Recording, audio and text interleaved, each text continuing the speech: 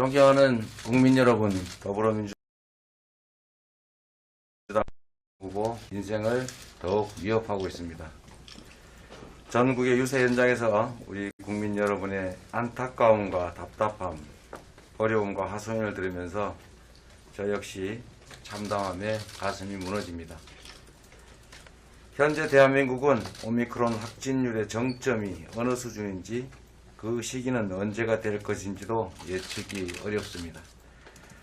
당장 50만 명 이상의 국민이 자가격리 중이고 소상공인의 피해는 기하급수적으로 누적되고 있습니다. 해외 국가들이 오미크론 확진율이 정점에 도달할 때까지 막대한 피해를 입었다는 것을 감안하면 앞으로 우리에게 얼마나 더 큰 위기가 닥칠지 가늠하기 어렵습니다. 그렇기 때문에 국민의 경제활동, 학업, 재택치료, 소상공인 지원 같은 방역과 경제에 대한 국가의 무한 책임이 어느 때보다 절실합니다. 그동안 모든 국민께서 위기를 함께 이겨내기 위해 노력해 주셨습니다. 국민 여러분의 협조와 의료진의 희생에 다시 한번 감사드립니다. 그러나 코로나 방역으로 인한 국민의 피해에 대해 국가가 무한 책임을 약속하지 않는다면 이제 그 누구도 버티기가 어렵습니다. 민생의 고통이 극심해서 하루 1시가 시급한 상황에서도 국민의힘과 윤석열 후보는 추경 통과를 반대하고 시간이 많다 이러면서 국민을 배신하고 있습니다. 당장 300만 원은 민생의 단비가 될 수 있으나 말뿐인 50조 원 공약은 휴지 조각만도 못하다는 점을 분명히 말씀드립니다. 더불어민주당은 오늘 코로나로 고통받고 있는 국민과 소상공인 자영업자를 위한 추경을 통과시키고 이번 주 내로 신속하게 집행하겠습니다. 오미크론의 강력한 전염력에 따라서 K방역의 대전환이 필요한 시점입니다. 치명률은 낮지만 강한 전파력을 갖고 있기 때문에 고령자와 기저질환자 같은 고위험군을 보호하는 데 방역 역량을 집중하도록 방역 전략을 바꿔야 합니다. 이재명과 더불어민주당은 한 손에는 유연하고 합리적인 스마트 방역을, 다른 한 손에는 온전한 보상과 책임을 들고 국민 속으로 들어가겠습니다. 그동안 모든 국민께서 위기를 함께 이겨내기 위해 노력해 주셨습니다. 국민 여러분의 협조와 의료진의 희생에 다시 한번 감사드립니다.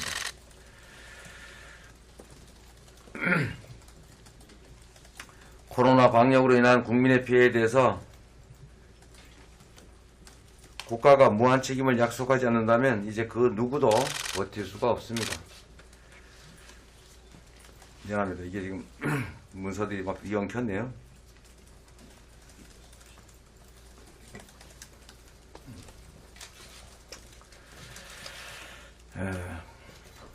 아침에 이게 지금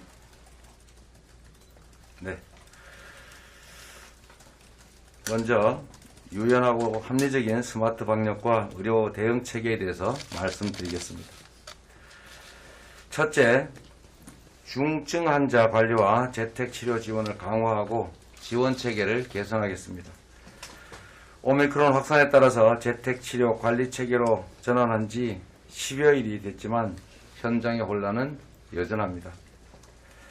각 지자체별로 재택치료 상담을 할 수 있는 인력을 대폭 늘리고 보건소 행정 인력은 신속하게 재배치해서 상담소와 통화가 안 되고 치료자 지원이 부족하다 이런 문제를 확실하게 해결하겠습니다. 더불어민주당 단체장의 관할 지역부터 즉각 실행하겠습니다. 당대표 주재로 최소 우리 당 소속의 자치단체장이라도 화상회의를 열어서 수시로 상황을 점검하겠습니다. 재택치료는 엄밀히 방역당국의 지침에 따르는 것입니다. 당연히 국가가 함께 비용을 감당해야 합니다. 앞으로 재택치료자에 대해서 의약품 구입비 등에 소요되는 비용을 지원하기 위해서 1인당 10만원의 추가 지원금을 지급해 드리도록 하겠습니다. 병상 확보와 의료 인력, 장비 수급 같은 중증 환자 관리에 만전을 기하겠습니다. 둘째, 신속하고 과학적인 진단과 접종 방식을 도입하겠습니다. 신속 항원 진단 키트의 보급 문제를 곧바로 해소하고 약국과 편의점 등에서 원활하게 공급하도록 하겠습니다. 추운 날씨에 길게 줄을 서지 않도록 정부는 모바일 앱 등을 활용한 예약 시스템을 하루빨리 구축해 주십시오. 노바백스 백신을 신속하게 보급해서 미접종, 기저질환자, 시설 입소자, 1, 2차 접종 시 이상 반응자 등을 대상으로 신속하게 접종을 실시해서 감염 위험으로부터 보호해 드리겠습니다. 중증 환자의 치료비 그리고 관리 대책도 철저하게 점검하고 대응하겠습니다. 지난번에 정부에 요구드렸던 환자 외의 간병인과 가족 1인에 대한 PCR 검사 비용 지원이 오늘부터 적용됩니다. 적극적인 홍보를 통해서 현장에서 원활하게 집행되기를 바랍니다. 셋째, 3차 접종자에 한해서 거리두기 제한을 밤 12시까지 완화해 줄 것을 다시 한번 요청드립니다. 영업시간 제한을 밤 10시까지 연장한 것만으로는 부족합니다. 6인에서 8인, 10인으로 집합 인원을 늘릴 수가 없다면 3차 접종자만이라도 더 머물 수 있도록 완화하는 것이 맞습니다. 정부의 결단을 다시 한번 요청드립니다.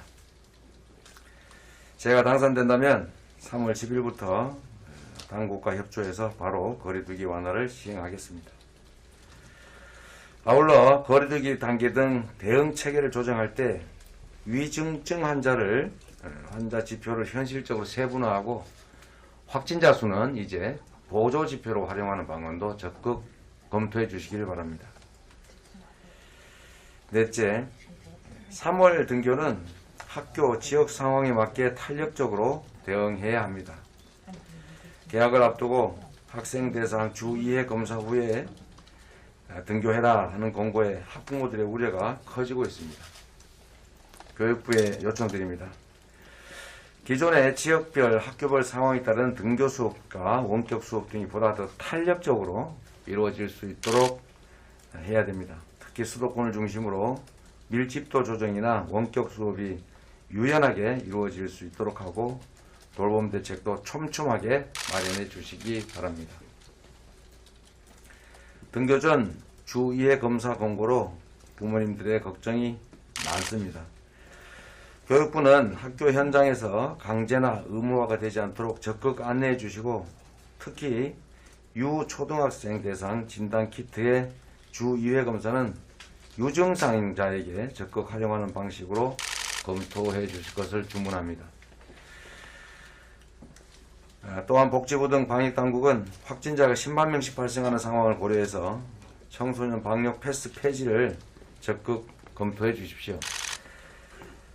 오미크론 변이에 걸맞는 방역 대책을 마련하는 것이 혼란은 최소화하고 효율은 극대화할 수 있는 방법입니다. 다음으로 민생위기 극복을 위한 국가의 온전한 보상과 책임에 대해서 말씀드리겠습니다. 코로나로 인한 피해와 어려움에 비해서 턱없이 부족한 예산에 대해 국민 여러분께 먼저 죄송하다는 말씀부터 드립니다. 비록 부족하더라도 급한 불부터 꺼야 합니다. 양동이 크기를 따질 때가 아닙니다. 하루하루 버티고 계신 국민 여러분 앞에서 지체하거나 싸울 시간은 없습니다. 할 수 있는 대로 최선을 다해서 신속하게 지원하는 것이 맞습니다. 오늘 본회의에 상정될 추경은 긴급 방역 민생 예산이기 때문에 국회는 오늘 반드시 통과시켜 주시기 바랍니다. 소상공인 방역 지원금뿐만 아니라 의료, 방역, 돌봄, 인력 지원, 전 국민 자가진단 키트 지급, 재택치료자 생활지원비, 고용 취약계층과 운수종사자, 문화예술인 지원 등을 위한 예산도 반드시 현 추경안에 더 담아서 통과시켜 주시고 신속하게 집행해 주시기 바랍니다. 더불어민주당이 더 엄중하고 더 강한 간절하고 더 강한 의지로 앞장서 나가겠습니다. 첫째, 소상공인 자영업자의 대출 만기 연장과 상환 유예 조치도 신속하게 추진해야 합니다. 3월 말이면 소상공인과 자영업자의 대출 만기 연장과 원리금 상환 유예가 종료되게 되어 있습니다. 생존을 위해서 어쩔 수 없이 돈을 빌려야 했는데 이제 거꾸로 민생을 조여오고 있습니다. 당장 다음 달에 다가올 위기입니다. 신속한 추경 집행과 함께 대출 만기 연장, 상환 유예 문제도 즉각 조치해 주시길 바랍니다. 다시 한번 약속드립니다. 코로나19로 생긴 불량부채는 정부가 인수해서 채무조정과 탕감을 실시합니다. 코로나19로 인한 신용불량은 전면적으로 원상복구하는 신용대사면을 반드시 실시하겠습니다. 둘째, 경제회복을 위한 경제부스터샷 플랜을 마련하겠습니다. 소상공인과 자영업자 손실이 2년 넘게 누적됐습니다. 지금까지 40조 원에서 50조 원으로 추산되는 국민의 보상되지 못한 피해 정부가 온전하게 책임져야 합니다. 이번 추경에서 부족한 부분은 선거 이후 경제 부스터샷으로 대거 보완하겠다는 약속을 드립니다. 대규모 긴급 추경 또는 긴급 재정 명령을 발동해서라도 국민들께서 최소한의 경제 활동이 가능하도록 반드시 책임지겠습니다.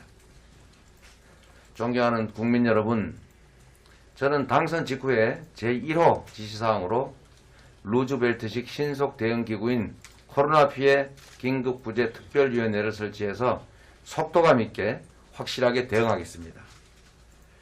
3월 10일 이후 대한민국의 코로나 대응은 확실하게 바뀔 것입니다.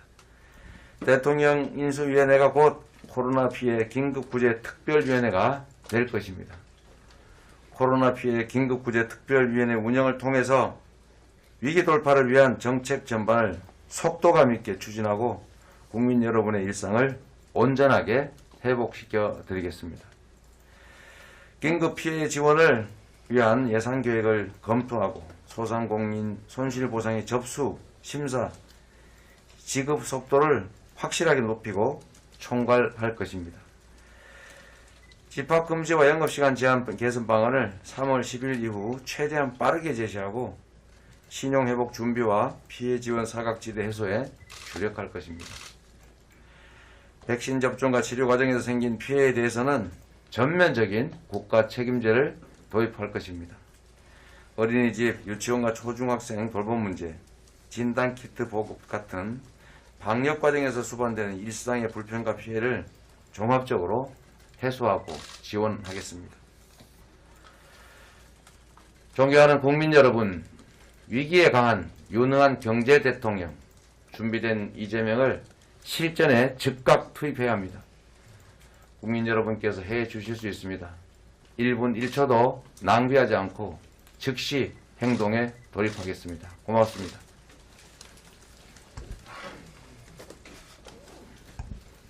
네, 먼저 기자회견 관련 질문부터 받겠습니다. 최 기자님. 네, 안녕하세요. 쿠키뉴스 최기창 기자입니다. 이제 후보님이 오늘 기자회견에서도 그렇고 계속 유세에서도 3월 10일 이후부터를 굉장히 강조하고 계신데 사실 당선자와 대통령의 권한은 좀 다른데 어떻게 3월 10일부터 거리두기나 이런 조치들을 완화하실 수 있을지 가능하다면 구체적인 좀 계획들 좀 설명 부탁드립니다. 이론적으로야 취임하기 전에 공식 권한은 없는 것이지만 실제로 당선되고 나면 당선자의 요청사항을 거부하거나 또 다른 길로 가는 경우는 거의 없습니다. 실질적으로 권한이 생겨나기 때문에 그때는 충분히 현직 대통령과 협의해서 필요한 조치를 당선자의 책임으로 자기 정부의 책임으로 얼마든지 시행할 수 있다는 말씀을 드립니다. 네, 다른 질문 있으십니까?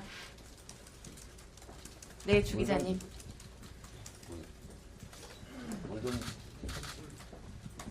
네, 저 서울경제신문 주재현 기자입니다.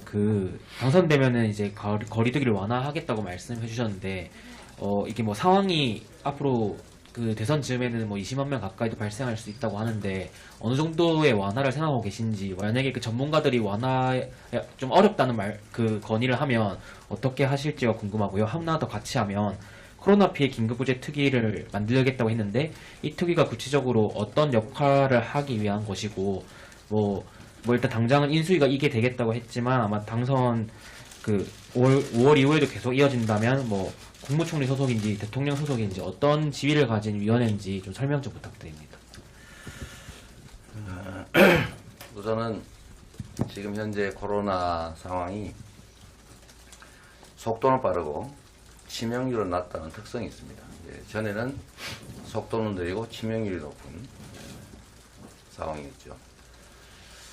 지금 유럽이나 선진국들은 실제로 이 오미크론 대응 방식이 지금 우리와는 좀 다릅니다. 마스크도 다 벗어버린 상태인 나라가 많죠. 이미 이제 보호 같은 형태로 개울물을 막는 보호 형태로는 홍수를 막을 수가 없다. 홍수를 막기 위해서 보를 계속 올리면 고통만 커지고 비용만 늘어난다. 실제로 불가능하다. 라는 게 이 선진국들의 방역 실태인 거죠. 전문가들이 어떤 주장을 하면 어떻게 하겠냐. 전문가들의 의견은 좀 다양한데 전문가의 생각과 관료의 생각이 또 다르고 또 현장의 생각이 다르고 다른 나라의 현실은 또 다르고 이런 점들을 종합해 보면 지금 최소한 지금과 같은 방식의 원천 봉쇄 방식은 이제는 적절하지 않다는 것은 대체적인 공감이 이루어지는 것 같습니다. 그래서 정부에서도 감염자 수가 늘어나는데도 9시에서 10시로 연장을 한 거죠. 앞으로 특별위원회 위상은 최고조로, 왜냐하면 제1의 과제가 됐으니까요. 최고의 지위와 권한을 가지게 될 것입니다. 아마 이게 법률상 본 지위는 조직은 아니니까 그걸 명확하게 어느 법에 의해서 뭐라고 특정할 수는 없습니다만 당선자 또는 대통령이 관심을 가지는 직접 관할하는 위원회이기 때문에 충분한 권한과 역할을 할 수 있을 것이다. 이렇게 생각합니다. 네, 기자회견 관련 추가 질문 있으시면 받겠습니다. 추가로 없으신가요? 네, 기자님. 코로나 관련 부채를 이제 디지털 타임스 김세희 기자인데요. 코로나 관련 부채를 이제 정부가 인수해서 채무 조정과 탕감을 실시하고 이로 인한 그 신용 불량은 전면적으로 원상 복구하는 신용 대사면을 실시하겠다고 했는데 지금 뭐 나라 살림 적자 폭이 100조 원이나 되고 뭐 중앙정부 국가 채무가 240조 원이 불었다는데 이런 그 채무를 조정하기 위한 그런 재원은 어떻게 마련하실 것인지 그 대안이 있으신지 좀 말씀 부탁드리겠습니다. 여러분 지금 이제 국민들의 생명 위협받는 급박한 위기 상황인데 해외 다른 나라들의 GDP 대비 국민 지원금 비율과 우리나라의 지원 비율을 비교해 보면 3분의 1이 조금 넘는 수준입니다. 르완다 뭐 이런 나라들도 우리나라보다 더 많이 지원했다고 합니다. 그렇다고 우리나라가 국가 부채 비율이 특별히 높은 것도 아니고 다른 나라에 비해서 거의 3분의 1을 조금 넘는 또는 뭐 절반에 훨씬 못 미치는 그런 수준이어서 국가 부채가 늘어났다는 이유로 국민들의 죽음을 방치하는 거 결코 옳지 않습니다. 네, 이제 현안 질문도 함께 받겠습니다. 질문 있으십니까?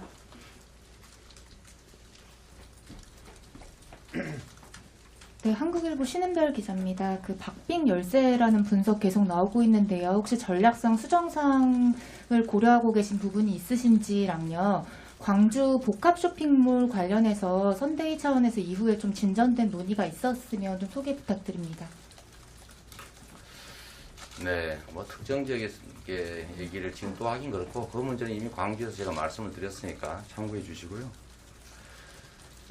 지금 현재 뭐 여론조사상 수치는 뭐 있긴 하지만 저는 우리 국민들의 집단 지성을 믿습니다.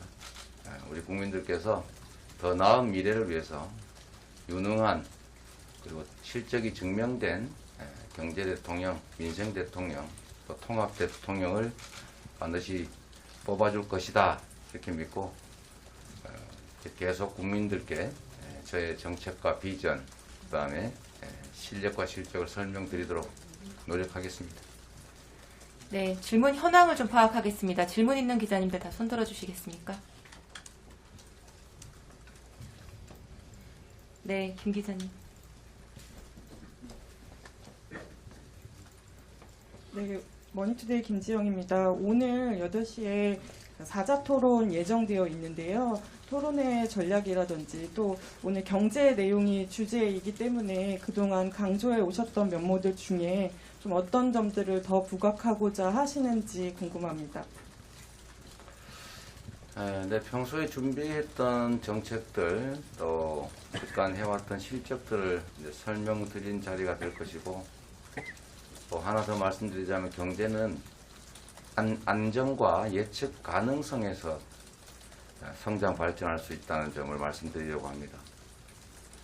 국제 정세가 불안해지거나 한반도 정세가 불안해지는 것, 또 군사적 긴장이 고조되거나 정치적 불안정이 커지면 경제는 반비례해서 나빠진다. 즉 경제를 살리는 여러 가지 방법 중에 평화를 구축하는 것, 예측 가능한 안정된 사회를 만드는 것, 자율과 창의가 가능한 진정한 민주체제를 만드는 것이 바로 경제를 살리는 길에 중요한 하나의 경로다.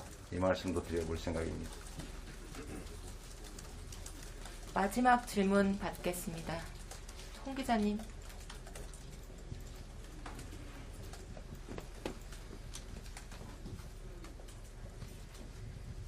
네, 안녕하세요. 연합뉴스 홍준석 기자입니다. 어젯밤 늦은 시각 이제 안철수 후보의 이제 단일화 결렬선과 관련된 글을 남겨주시긴 했는데요. 이와 관련된 이제 생각과 이제 앞으로 민주당에서는 안철수 후보와 이제 통합정부 구성에 대한 이제 제안을 해놓은 상태인데 어떻게 논의를 해나갈 생각이신지 여쭤보고 싶습니다. 거기에 써놓은 게 전부입니다. 그 꽤 오랫동안은 아니고 꽤 고민해서 쓴 내용입니다. 네, 기자회견. 간단히 말씀을 드리면 제가 양대 정당 독점이라고 하는 이 현재 정치 체제가 잘하기 경쟁보다는 발목 잡기 경쟁을 유발하는 측면이 있다. 그리고 우리 국민들의 제3의 선택을 봉쇄해서 표의 등가성이 제대로 보장되지 않고 있다. 그렇기 때문에 정치 교체를 위해서 이런 선거제도를 포함한 정치 제도를 좀 바꿔야 되겠다. 그런 말씀을 계속 드려왔고, 또 정부는 통합정부여야 한다. 진영과 편을 가리지 않고 유능한 인재들이 적재적소에서 실력을 발휘할 수 있는 그런 통합의 정부로 나아가야 된다. 이를 위해서는 개헌을 포함한 대대적인 정치 개혁이 필요하고, 이를 통해서 정권 교체를 넘어서서 정치 교체, 그 다음에 시대 교체가 돼야 된다. 이게 계속 제가 말씀드린 내용이었습니다. 그 말씀 한 번 더 상기시켜드렸다, 이렇게 생각해 주시면 되겠습니다.